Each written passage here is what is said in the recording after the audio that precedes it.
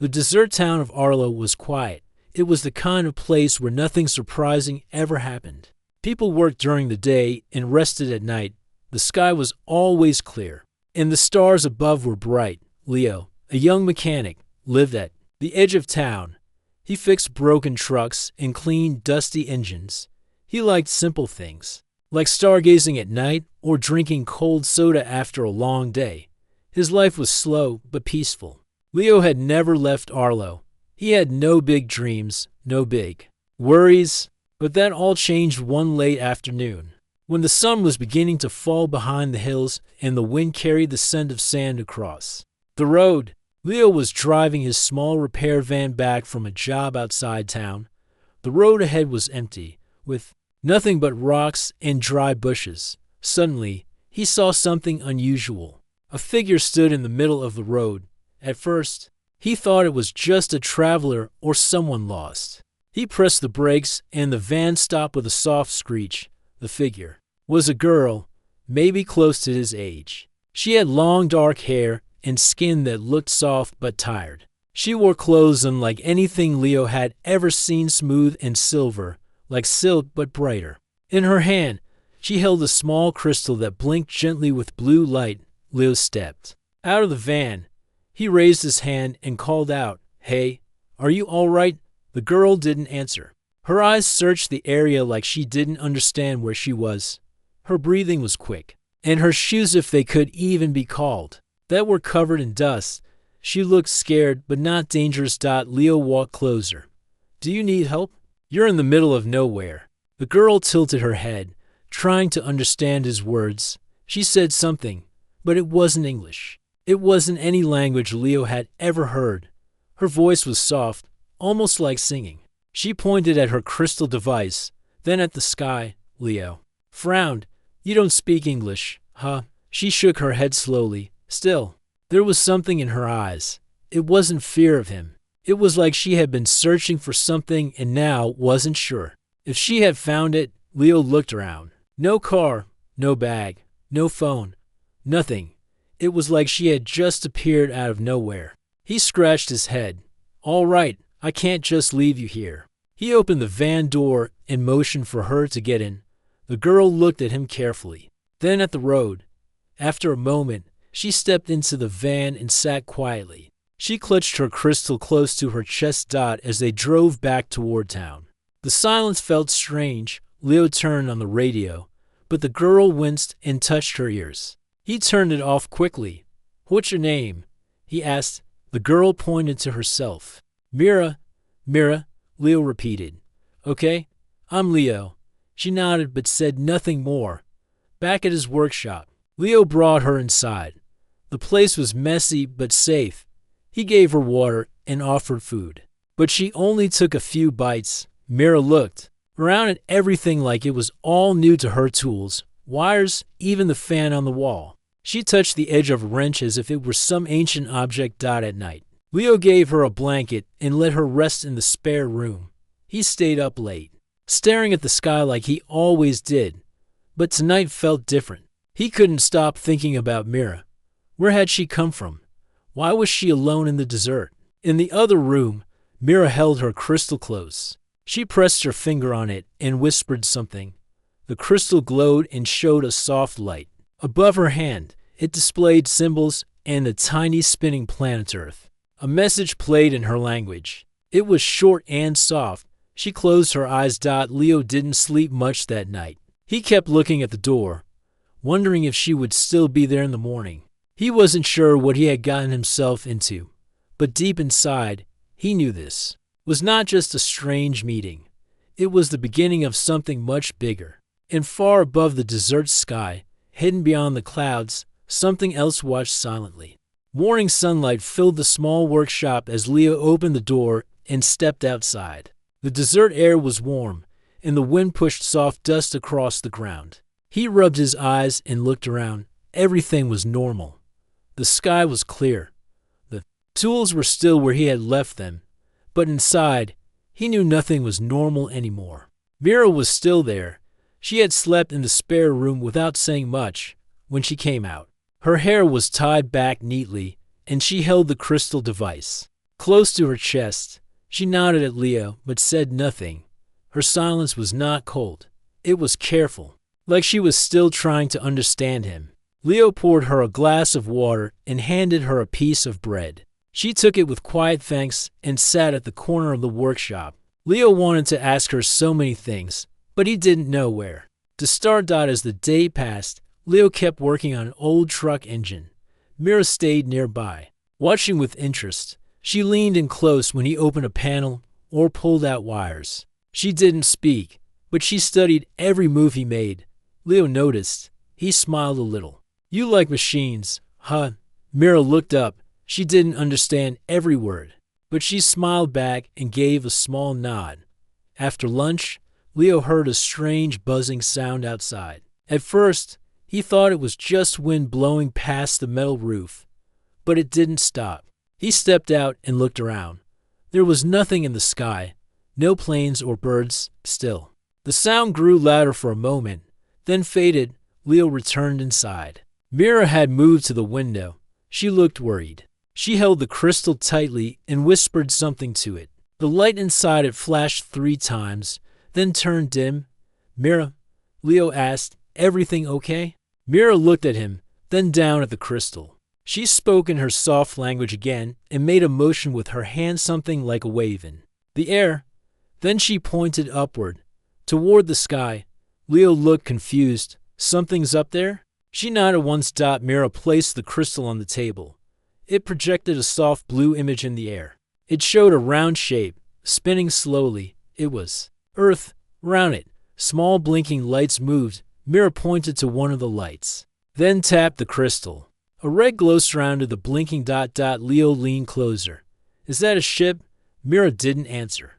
Instead, she looked at him with serious eyes. She placed her hand over her heart and then pointed at him. Leo felt a chill run through him. "You came here for me." Mira didn't say the word, but her eyes said yes. Before Leo could ask more questions, a loud cracking sound echoed in the distance. It was sharp and deep, like thunder. But there were no clouds in the sky. Leo and Mira rushed. Outside, in the distance, a power pole sparked and dropped wires to the ground. Lights in nearby houses flickered. A low hum vibrated through the ground. "What is going on?" Leo whispered. Mira pulled him back into the workshop. She locked the door and touched the crystal. A thin field of light spread across the windows and walls. It was faint, but it felt like a shield. Leo looked around in shock. "What did you just do?"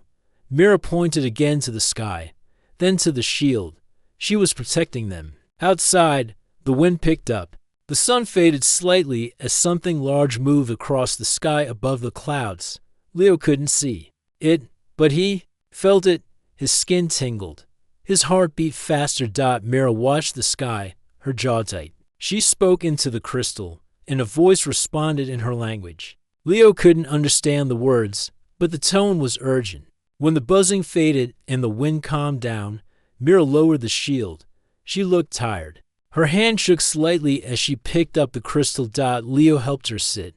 "What was that? Who's out there?" Mira didn't answer directly. She pulled something from a hidden pocket. It was a small round object, like a coin. She pressed it, and a soft light showed another image. This time, it was not Earth. It was a tall structure, floating in space. Round it were many smaller shapes, ships. Some looked smooth and beautiful. Others looked sharp and cold. She pointed to one side, the sharp, dark ships. Then she tapped her hand against her wrist and made a braking motion. A fight, a battle. Leo slowly understood. "They're following you. You escaped." Mira nodded. Leo felt the weight of the moment. A girl from another world, chased across stars, had ended up in his workshop. And she had come for him, not by mistake, not by luck, on purpose. He looked around his small workshop, the tools, the dusty walls, the half-fixed trucks. It all felt too small now. That night, Mira stayed close to the crystal, sending soft signals. Into the sky, Leo sat nearby, unable to sleep. The stars above looked different. He used to look at them for peace. Now they looked full of secrets. Mira glanced at him. For the first time, she smiled with warmth, not caution, Leo smiled back. He didn't understand everything, but he knew one thing for sure. This was just the beginning. The next morning, Leo stood at the edge of the hills near his workshop. He looked up at the sky. The air was calm, but his thoughts were heavy. The strange lights, the sound in the sky. Mira's warning, they all pointed to one thing. Something big was happening, and it was no longer outside his world. It had reached his doorstep. Inside the workshop, Mira worked quietly with her crystal device. She sat cross-legged on the floor, eyes fixed on the soft glowing light. Her fingers moved across the surface as if she was writing or drawing something. Lines, symbols, and circles floated in the air above it. Leo stepped in and asked, "What are you doing?" Mira looked up and pointed at the floating symbols. Then she tapped one of them, and it changed shape. A clear image formed a star map. Dots marked distant planets. A curved line showed a long path across the stars, and at the very end was Earth. Leo stared at it. "You really came a long way." Mira nodded and moved her hand across the map. The image zoomed out, showing many more stars and systems. Then she touched one star near the center. A symbol appeared. She spoke a name softly. "Velara." Leo repeated, "Velara. Is that your home?" "Yes," she said. Her voice was soft, but this time clear. Leo's eyes widened. "You can speak English now." Mira smiled. "Learning. Slow, but trying." Leo couldn't hide his surprise. "That's amazing." Mira stood up and walked to the table. She took a deep breath, then placed both hands on the crystal. A small image appeared above it, her face, then many other faces like hers. Her skin was the same soft color, but some had longer robes, glowing markings, and tall crowns. "My people," she said. "I am Princess." Leo stepped back a little. "Wait, you're a princess?" Mira looked serious. "Yes, but not like in stories. I trained, I worked, I searched. My duty not only to lead, to protect." Leo slowly sat down. "You crossed space to come here. Why?" Mira walked to him. She pointed to him.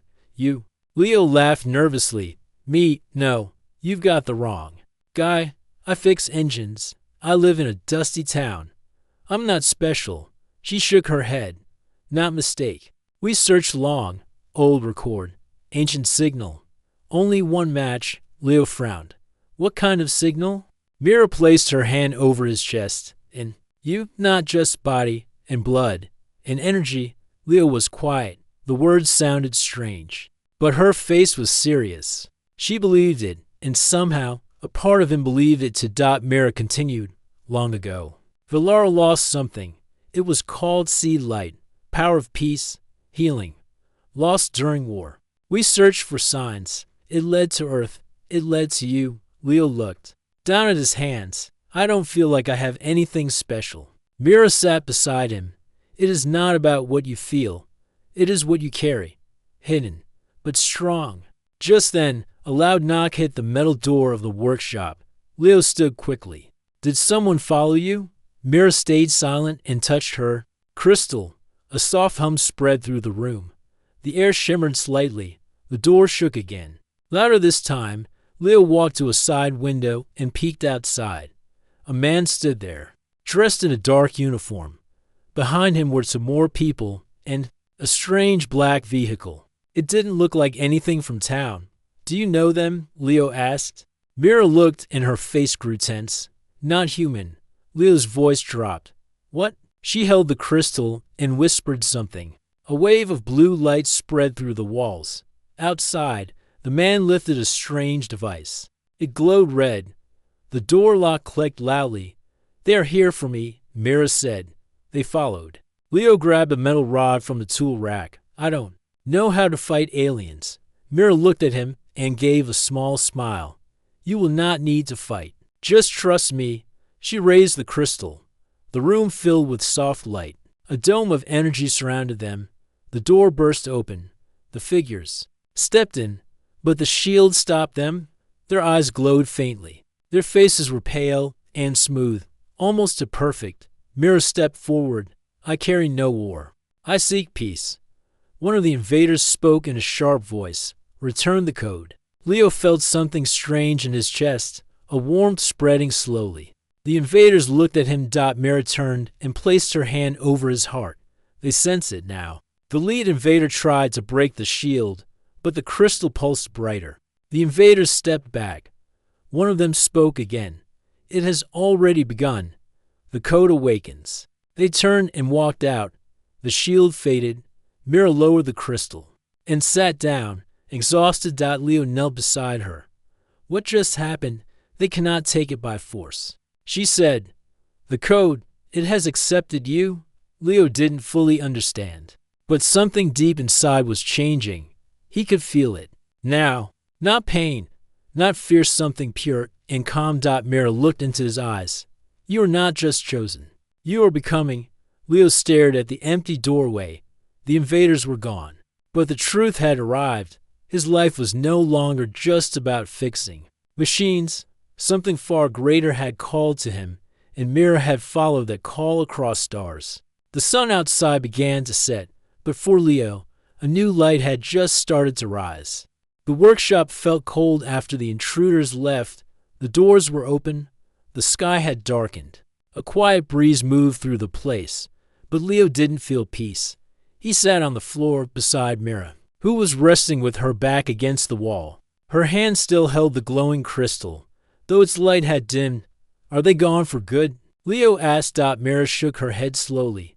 No, they will return. With more. Leo stood up and walked to the door. He looked outside, scanning the open land and dry hills. The desert looked the same, but his world had already changed. The stars above, which once gave him calm thoughts, now felt like eyes watching from far away. Mira slowly stood and walked toward him. We must leave soon. Leo turned to her. Leave? Where? She raised the crystal. It projected a small map in the air. One of the blinking dots on the map turned green. My ship is hidden, not far, but not safe for long. Leo stared at the glowing map. You want me to go with you? Mira nodded. Yes. Leo rubbed the back of his neck. I don't know anything about space. I've never even been outside my town. Now you're asking me to leave Earth. Mira stepped closer. You are the key. The seed light inside you is waking. They will never stop chasing you. Leo looked down. His fingers tightened into a fist. I didn't ask for any of this. I know, Mira said softly. But sometimes the stars choose for us. Leo stayed quiet. He walked back inside the workshop and looked at the things he had always known: tools, wires, broken engines, and a calendar that still showed last month. All of it felt small now. After a long pause, he looked at Mira. If I leave, what happens? To them, the people here, Mira answered. If we stop the ones chasing me, they will be safe. But if we wait too long, Earth may not stay hidden. Leo took a deep breath. He looked once more at the dusty land outside, then nodded. All right, let's go. Mira gave a faint smile. She touched the crystal, and the map shifted to a new view. We walk until the rocks split. There's a path below. They packed. Quickly, Mira wrapped her crystal in cloth and placed it in a small silver pouch. Leo grabbed a flashlight, water bottles, and an old backpack. He looked around one last time, then locked the workshop door behind him. They moved under the night sky, guided by the soft light from Mira's small compass device. It blinked gently each time they neared the right direction. They walked for over an hour, climbing small hills and stepping through dry bushes. The wind grew cooler, and the stars above seemed brighter than usual. Finally, they reached a wide, flat rock formation. It looked like any other stone surface in the desert. Mira stepped forward and placed her palm on the rock. A faint line of light traced around her hand. Then the rock split down the middle with a quiet hiss, revealing a narrow ramp leading downward. Leo followed her into the passage. It was cool and smooth inside, with soft lights glowing along the walls. After a few turns, the passage opened into a wide chamber. There, hidden under the ground, was a ship. It was sleek, shaped like a wing without edges. Its silver surface reflected the soft lights from the ceiling. The ship had no windows, only smooth lines and a single entrance at the back. Mira walked to it and placed her crystal on a panel. The door slid open with a gentle sound. Leo stepped in slowly. The inside was quiet and bright. The walls seemed alive, glowing faintly. The air felt fresh, almost like a forest after rain. The control room had no buttons, just a round seat and a wide panel that responded to Mira's touch. "This is incredible," Leo whispered. Mira smiled. "It listens to thought. It moves with feeling." Leo looked around, amazed by everything. "And we're just flying into space." "Yes," she said. "We must reach the outpost. They will help." Leo took the second seat beside her. It shaped itself to his back like it had been waiting for him. Mira touched the crystal to the main panel. The ship hummed softly, then lifted off the ground. The ceiling above opened like petals of a flower.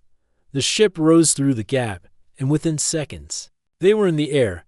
Then beyond it, Leo looked at the screen in front of them. Earth was shrinking.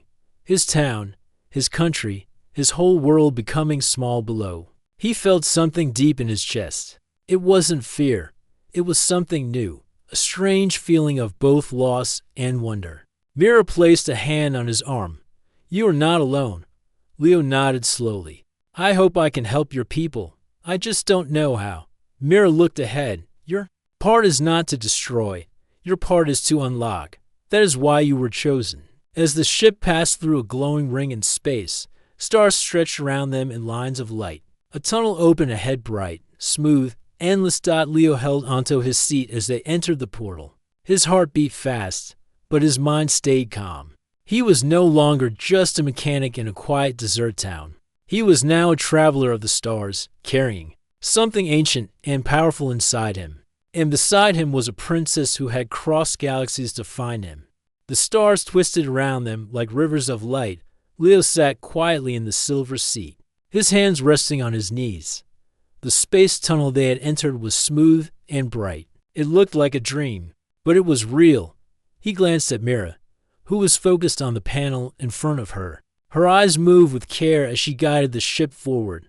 "How long until we reach the outpost?" Leo asked. Mira looked at the screen. "Not far now. One more jump." Leo nodded. "Will your people believe me? I mean, I'm just a human." "You are not just human," Mira replied. "You carry the seed light. That means more than you know." Leo looked down. He still wasn't sure what the seed light was or how it worked, but he had felt it growing inside him, a soft warmth in his chest. It pulsed sometimes, like a second heartbeat. Suddenly, the ship slowed. The light around them faded, and the stars returned to their normal shapes. Ahead was a large planet with soft blue rings and a deep purple surface. Orbiting above it was a strange structure, floating outpost shaped like a flower with 6 glowing petals. "That's the outpost?" Leo asked. "Yes," Mira said. "Safe place, for now." As the ship neared the outpost, small lights blinked around them. A soft voice spoke in Mira's language. She replied calmly. The ship turned and entered a long tunnel that led into the center of the station. Inside, the ship landed on a silver platform. The door opened with a gentle sound.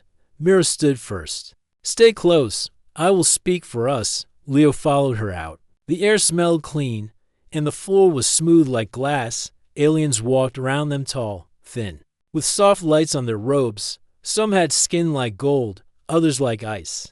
They all looked at Leo with quiet eyes, not angry, just curious. Mira led him down a wide hallway. At the end was a round room with soft lights in the ceiling. Several figures stood in a circle. One of them stepped forward. He had a long robe with a silver symbol on his chest. His voice was deep and calm. "Mira, you are safe." "Yes, Elder." "Varine," Mira replied. "And I have found him." The Elder looked at Leo. "This is the human?" Mira nodded. "He holds the seed light." The others in the room began to speak in quiet voices. Leo felt nervous. He wasn't sure if they were pleased or afraid. Elder Varine raised his hand, and the room became silent again. "Let us see," the Elder said. Mira looked at Leo. "Please, place your hand here." A small platform rose from the floor. At its center was a glowing circle. Leo stepped forward and placed his hand on it. The moment his skin touched the surface, The room filled with soft blue light. Symbols appeared in the air. A calm energy spread across the room. One of the elders gasped. It is true. Elder Varine looked at Leo with respect. This power has been hidden for a long time. We believed it lost, but now it returns. Leo stepped back. What does it mean? What do I do? Elder Varine answered, the seed light is more than energy. It heals, protects, and brings balance. But it must awaken fully. That is your journey. Another elder stepped forward. The enemy will come. They have tracked the seed light for years. If they reach the station, many will fall. Mira looked at Leo. We must protect him. Help him unlock his strength. Leo felt the pressure growing. I don't know how to unlock it. I don't know how to control anything. Elder Varine placed a hand on his shoulder. You are not alone. We will guide you. Over the next few hours, Leo was taken to a quiet chamber where he could rest.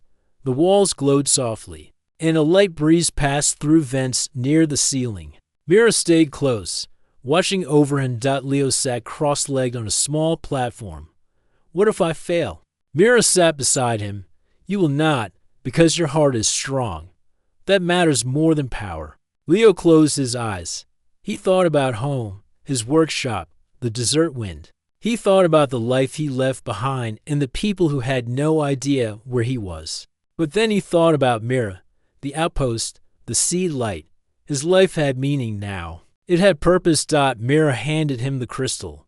Let it speak to you, not with words, but with feeling. Leo held the crystal close. It pulsed gently. Warm light moved through his fingers. He felt a wave of peace wash over him. Then a vision filled his mind. He saw a green planet, wide fields, and tall trees with silver leaves. Children laughed and ran across bridges in the air. Mira stood with her people, all smiling, all safe. Then the image shifted. He saw dark ships, fire in the sky, and voices crying. He saw the seed light pushed into space, carried by a small craft. Then he saw a child himself crying in a dusty field, holding a metal toy. His eyes opened. It was sent to Earth, to me. Mira nodded. It chose you before you were born. Suddenly, alarms echoed through the outpost. Red lights flashed along the walls. A voice spoke quickly in Mira's language. She stood up at once. They are here, she said. Enemy ships. They found us. Leo stood beside her. What do we do? Mira looked him in the eyes. We fight to protect, but not with anger, with truth. As guards gathered outside the chamber, Leo took a deep breath. The seed light inside him pulsed brighter than ever. He wasn't a soldier. He wasn't a leader. But he had been chosen. That meant something. He looked at the door. It was time to step forward. The alarm lights turned the hallway red. Voices filled the air, speaking quickly in different languages. The sound of footsteps rushed through the station. Fighters moved to their posts. Defense drones lifted from hidden walls. The enemy had arrived. Leo stood in the center of the room, his heart beating fast. He looked at Mira, who was already holding her crystal. Her face was calm, but her eyes showed worry. She wasn't afraid for herself. She was afraid for him. They came faster than expected, Mira said. How many ships? Leo asked. 2. Many for this outpost to hold. We must leave. But we also must protect what's here. Leo felt the seed light inside him growing warmer. It moved through his chest like a river. He wasn't sure how, but it was stronger now than ever before. A guard entered the chamber. We need to move him now. The outer ring is falling. Mira nodded. Take us to the core shuttle. As they moved through the station, Leo saw flashes of light through the windows. Enemy ships circled the station like dark birds. They fired beams that shook the walls. The outpost defense guns fired back, holding the line for now. Mira led Leo into a narrow corridor. At the end was a round room with a small silver craft, built for speed. As they stepped inside, the door behind them closed. This ship will take us to the surface of the moon below, Mira said. From there, we can reach the next gate. Leo looked around. Will we be safe down there? Mira answered, safe for a short time, long enough to finish what you started. The small ship took off. It moved fast, cutting through the battle. Outside, Leo watched the station grow smaller behind them. Bright flashes of energy filled the space around them. Then silence came as they entered the moon's thin atmosphere. They landed near a hidden Villari station built into a rocky hill. It was older than the outpost above, but still active. A few guards waited inside. Mira guided Leo to a chamber deep underground. The room had soft blue walls and a single chair in the center. On the walls, small lights moved like stars. "This place is old," Mira said. "It was built by my ancestors when the seed light was first created." Leo stepped forward. "What do I do here?" "Sit," she said. "Let the seed light speak to the world." Leo sat in the chair. The surface was smooth and warm. A panel rose in front of him. Mira placed her crystal on it. The room dimmed. The chair began to glow. Images formed around him, fields of stars, oceans, distant planets. The seed light was showing him everything.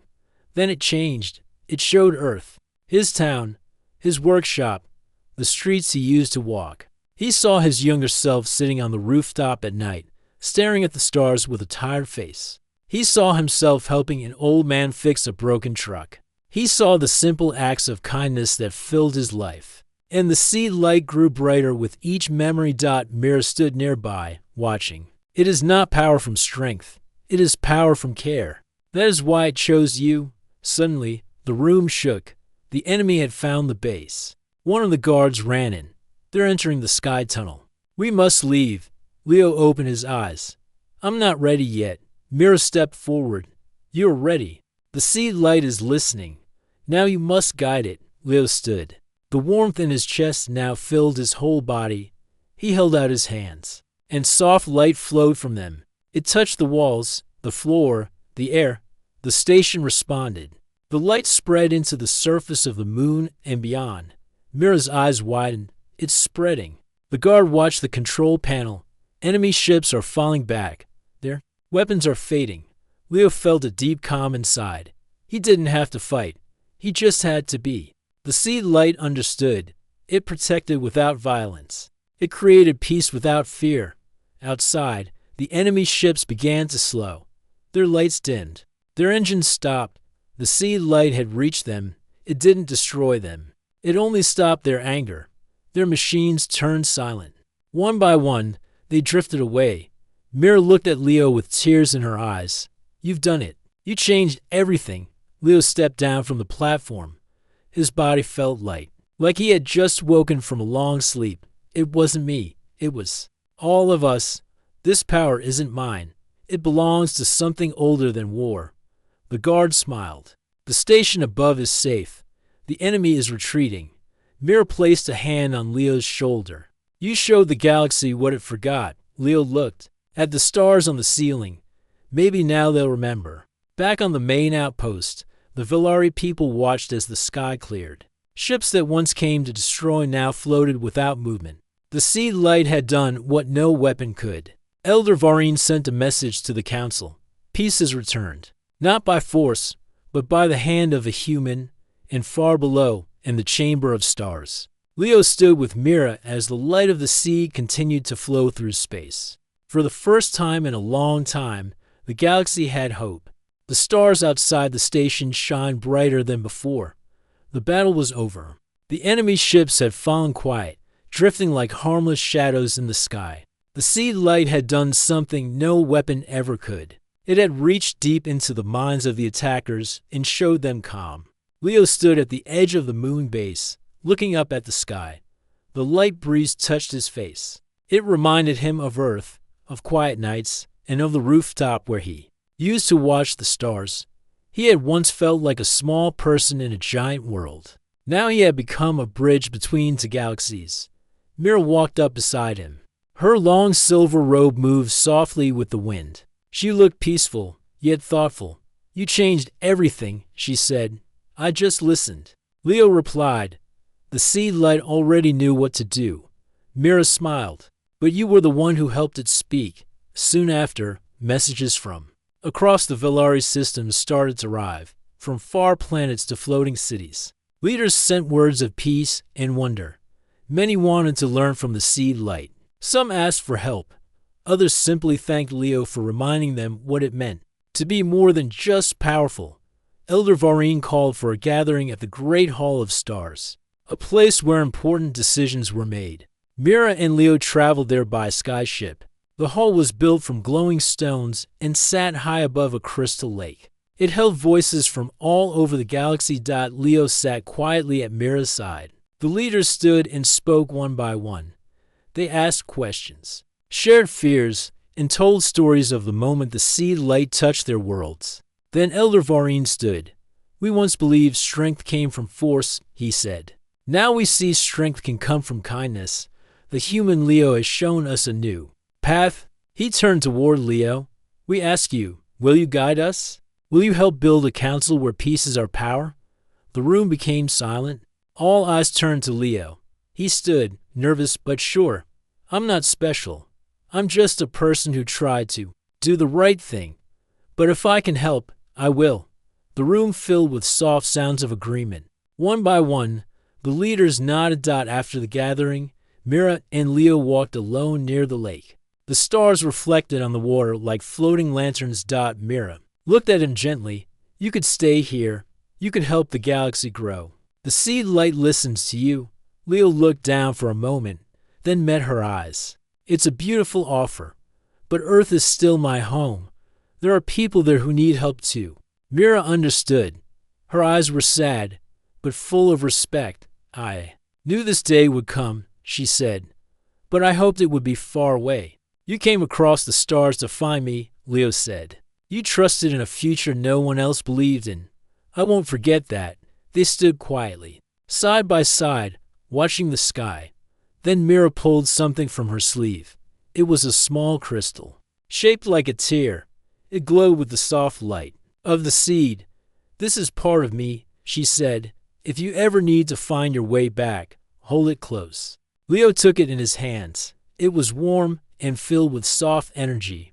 "I will keep it safe," he promised. The next day, Leo returned to the outpost. A ship was prepared for his journey home. It was small but fast. As he stepped aboard, many Velari gathered to see him off. Some held gifts. Some gave quiet nods of thanks. Others simply watched. Mira stood apart from the crowd. She did not wave. She simply smiled, and Leo smiled back. That was enough. The ship rose into the sky. It passed through clouds and stars, heading toward the gate that would take him home. Leo looked back one last time. The moon base, the lakes, the stars, they were now part of him. When he arrived on Earth, the sun was rising. The ship landed in the forest near his town. Everything was quiet. Birds sang. Wind moved through the trees. The world had not changed, but he had. He walked through the town, past the market, the school, and the empty roads. People recognized him. Some waved. Some just stared in surprise. News of the battle had not reached Earth fully. Only whispers and strange signals had been received. But Leo didn't need to explain everything. He returned to the small house. It was just as he had left it, simple, quiet, full of memories. He sat on the old rooftop again, where this all began. The stars looked the same, but now they were friends, not strangers. Leo held the crystal Mira gave him. It glowed softly in his hand. Somewhere far across the sky, she was looking at the same stars. He didn't know what would happen next. Maybe one day he would return. Maybe others would come instead. But for now, Earth had him, and the galaxy had. Hoped out in the silence of the night, with stars above and the wind below, Leo smiled. It had not been chance. It had been something greater. It had been a beginning.